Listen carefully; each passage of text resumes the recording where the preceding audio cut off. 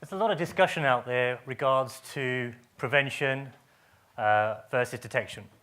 And the industry's been talking and steering away from prevention to detect and remediate.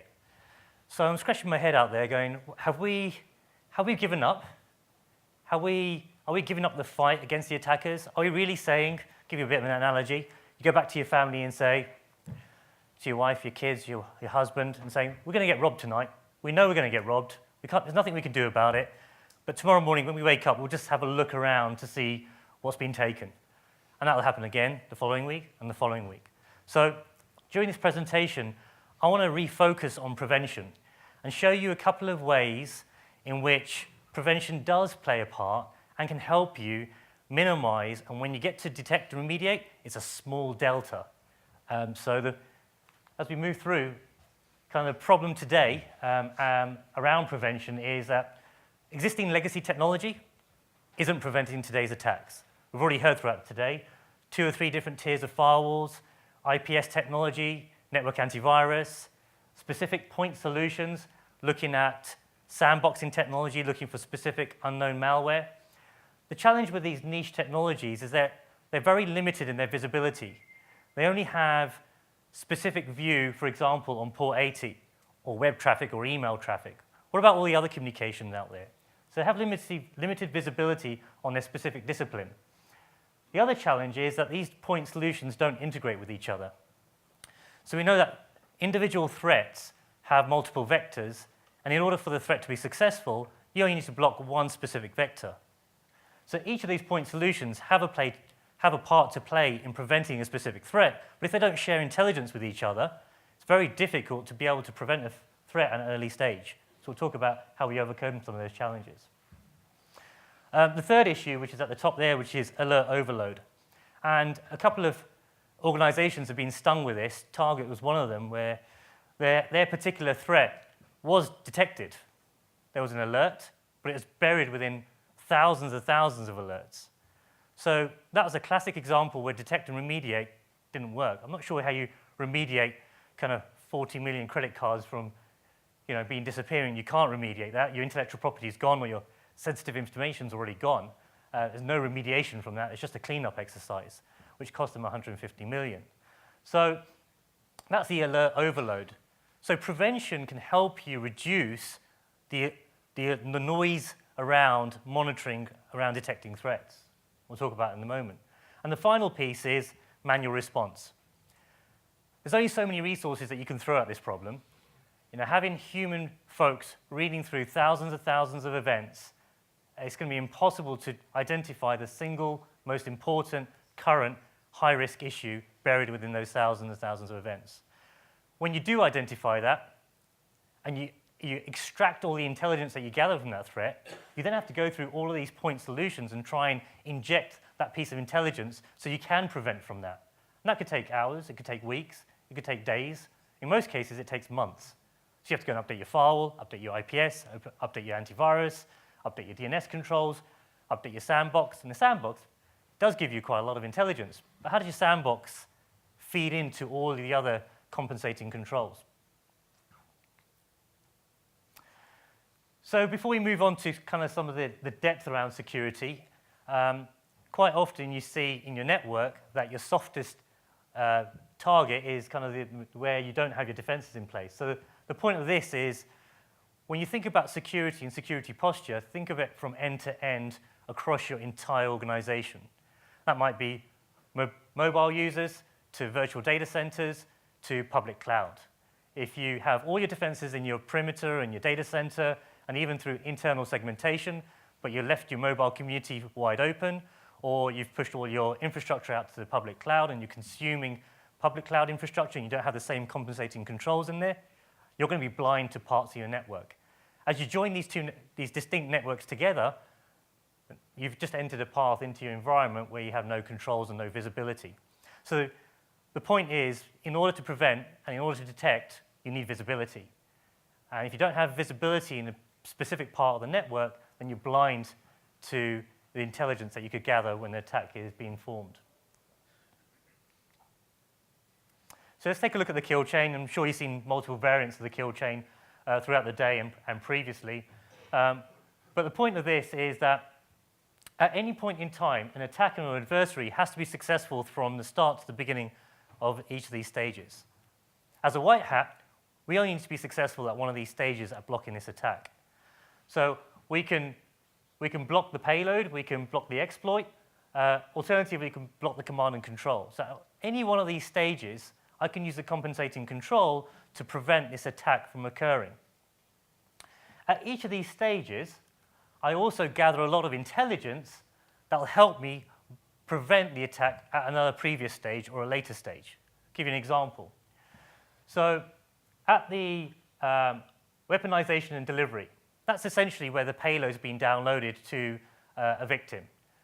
During that payload analysis, I can gather information such as the command and control servers, the DNS requests that the payload is dependent on in order to manage that particular malware. I can also gather in terms of what processes it's talking to, what registry settings it's setting. All that information can be used at other stages within that kill chain. But in order to do so, that information sharing has to occur at each of those points. If you're not sharing that information, then you're only looking at the problem from a single point, and you're not getting to a stage where you can truly prevent. You're going to detect and remediate for every single threat out there. If you detect and remediate for every single threat out there, or for the majority of the threats out there, you've got an alert noise problem where you've got too many alerts being generated, and you can't sieve and prioritize those in terms of which ones are the high priority. So our objective of prevention is trying to remove all the noise, remove all the known bad, identify all the known good, and just focus on the unknown. If you can focus on the unknown, you can get to a better posture, and you can detect and remediate the unknown. And the objective is to get that unknown to either known good or known bad as quickly as possible. So that brings me on to the next challenge. How do you do that? How do you get the unknown to known good or known bad in an automated way? So Palo Alto Networks has been renowned for its next-generation firewall technology, which is a security platform that does a number of things.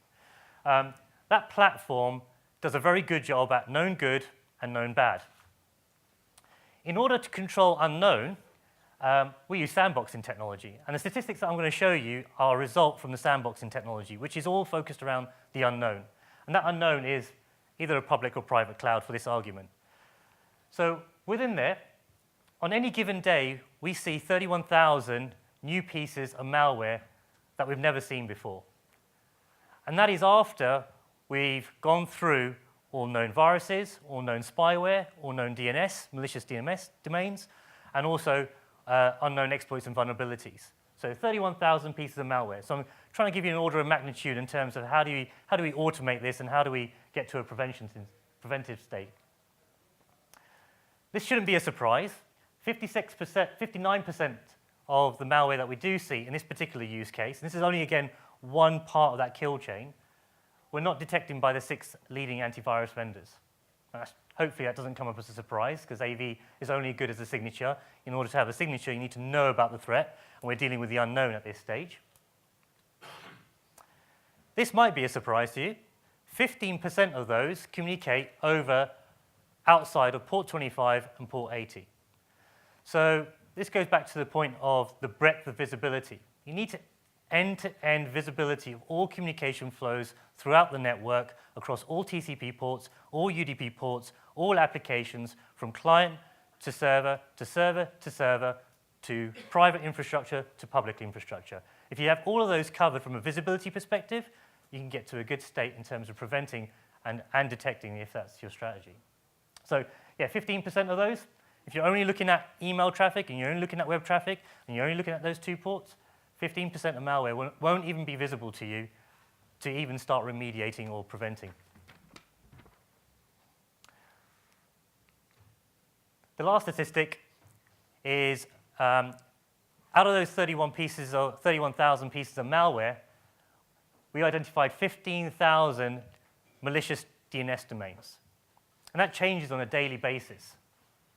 So the reason why I'm sharing these statistics with you is that if you have a manual response system where you're analyzing threats on an individual basis, extracting the data out of that, and expecting to update your systems manually, that's the order of magnitude that you need to chase.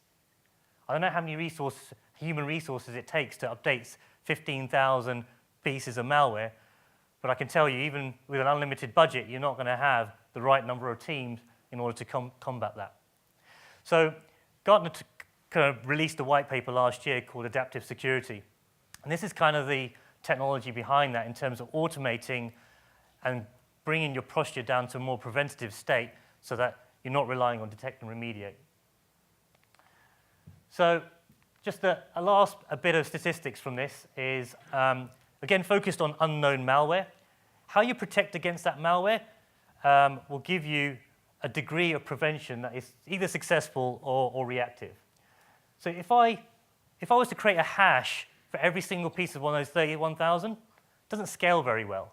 Why? Because a hash value of protection is too narrow and only covers a single instance. Would you agree? Right? If you're protecting things using a hash, it's just too narrow, and it's always going to be reactive. You need to know the hash value beforehand, you need to have a sample of the file, and then you provide protection afterwards. It's not preventative in a proactive sense. A URL or a file name or something static that's tied to the specific property, again, is too static, and it only provides single location. What happens if a different variant resides on a different URL, or the URL changes, it's hosted on a different web server? Again, you haven't got proactive protection. So the signatures that you create through this automated mechanism, and this is just one example, this could be vulnerability, it could be exploit, it could be web-based, it could be a virus, it could be DNS. This one is particularly focused around unknown malware. The signature that's created automatically needs to cover multiple variants. And on the right-hand side, it gives you an example of some of the variants and the magnitude of variants available associated with a single type of attack. So if I were to create a hash-based threat protection mechanism for, let's say, Sality. Sality's been around for years, and there's in excess of 400,000 variants in Sality. Am I going to need to create 400,000 different hash signatures in order for protection? What about the next 100,000? What about the next 100,000? You're in a reactive detect and remediate state. So in order to get to a true preventative protection, you need to automate it, you need full visibility across the spectrum, and you need definition protections that are going to cover you for future incidences. Maybe not all. There's always going to be that small residual value that's going to go sweeping through your network, and you have to be prepared for that. But how do you take that intelligence and then go back through your security lifecycle and get back to a preventative state for future variants, for future incidents? Because every single threat and attack out there will have a number of IOCs or indicator of compromise. And of those, you can gather and extract information that's going to help you prevent a similar type of attack.